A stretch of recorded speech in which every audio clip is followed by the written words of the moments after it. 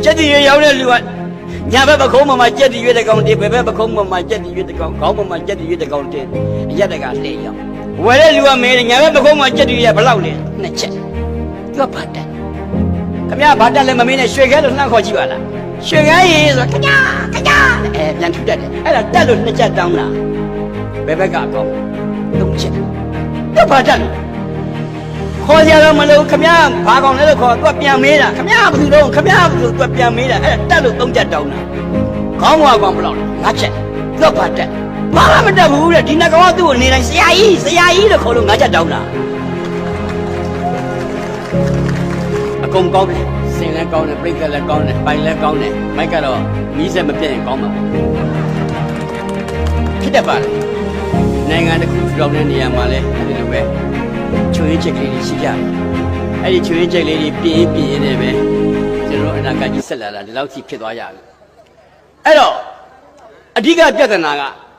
အခုကြည့်လိုက်တဲ့ထဲမှာចောင်းသားတွေចောင်းသူတွေများတယ်။အဲ့ဒါဟာ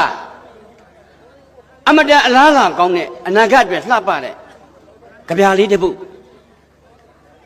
အဲ့ဒီမျိုးဆက်တွေလက်ထဲမှာမှအနာဂတ်နိုင်ငံတော်ရှိတယ်။အဲ့ဒီမျိုးဆက်တွေကောင်းမှကျွန်တော်တို့နိုင်ငံကောင်းမှာအဲ့တော့အဲ့ဒီလူငယ်ចောင်းသူចောင်းသားလေးတွေရဲ့နှလုံးသားထဲမှာတခုပဲရှိမှထဲမှာမှတ်ထားရမယ်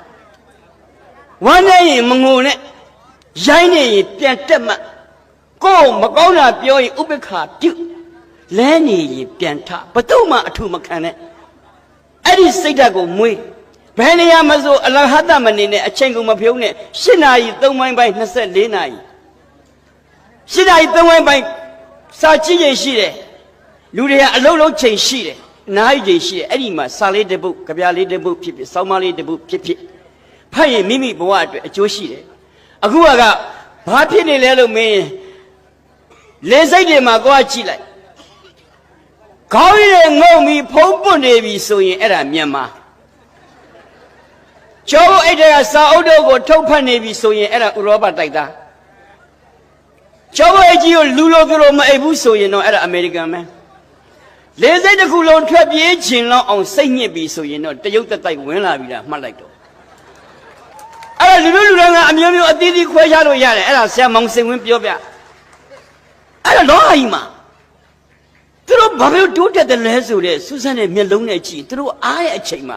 အလဟတမနေအချိန်ကိုစာပေနဲ့အားကြောင့်သူတို့နိုင်ငံတွေသူတို့လူမျိုးတွေတိုးတက်တာကျွန်တော်တို့အတူယူရမှာအဲ့ဒါကိုကျွန်တော်တို့ကသူတို့ဘောင်းမီအတူကြီးတွေဝတ်တာကိုအတူယူရမှာမဟုတ်ဘူးသူတို့ရင်ပတ်ထဲကစိတ်ဓာတ်ကိုအတူယူရမှာအခုကမောမလင်းတဲ့လေတော့